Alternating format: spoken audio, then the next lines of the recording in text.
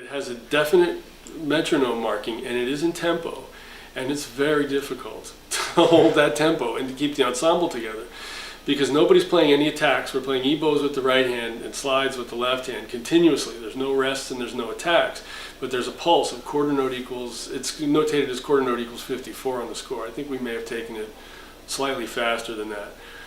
But basically everybody's following me for the figures, because everything is in 2-bar figures. You start with a pitch, you have 2 bars to slide down a half step, then you slide back up into 2 bars, then you have 2 bars to slide down a whole step and then back up, and then a minor third and then back up. But these are all done at different increments, so that the resulting sonorities are such that while I'm at rest on a pitch, 2 people are sliding in opposite directions, and the other one is fixed on a different pitch, and this is always happening throughout the piece. So getting the pacing right is very important to making that happen in the way that's deliberately meant to. That was difficult. I'm not going to lie to you. It was very difficult.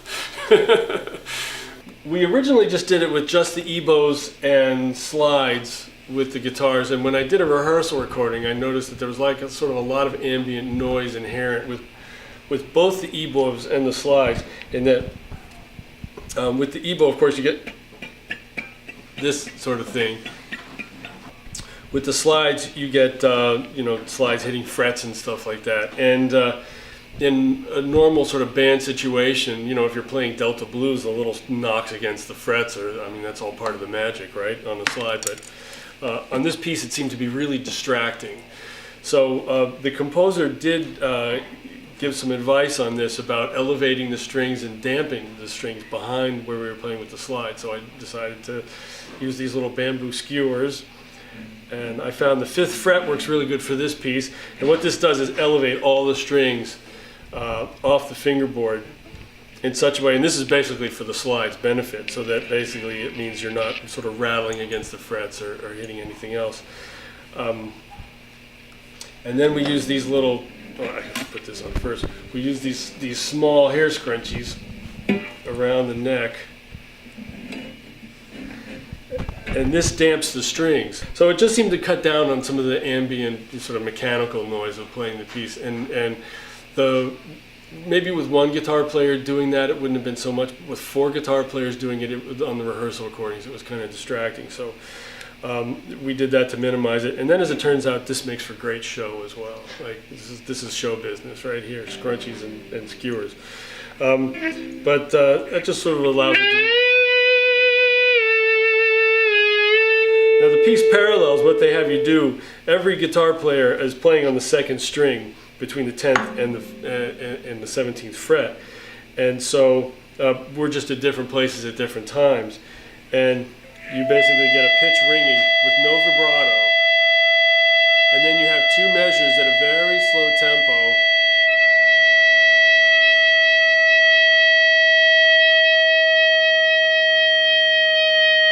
To arrive at a half step, and then back up.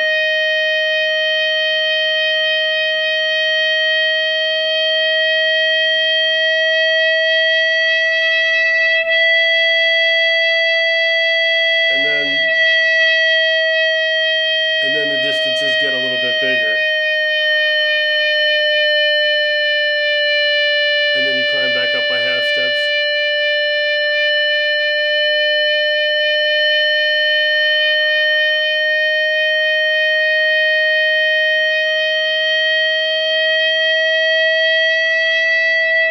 So that's basically how that piece is constructed. And as you can see, it takes some real control, not only with the right hand, with the EBow, but with the slide as well, and making sure that everything is even at the climax of the piece. I think I have a descent from E to A sharp. I think is as far down as I go, if I remember right, and even a slide like that over 2 bars to make that as uniform as possible without having it jump out, and then climb up by half steps, 2 bars at a time, without having either the volume jump with the EBow or the pitch jump with the slide. Not like this, it's got to be. And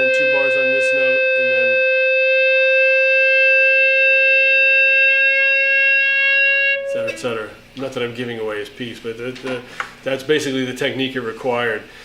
And so it takes a very, very disciplined approach to make that piece work. It was very challenging.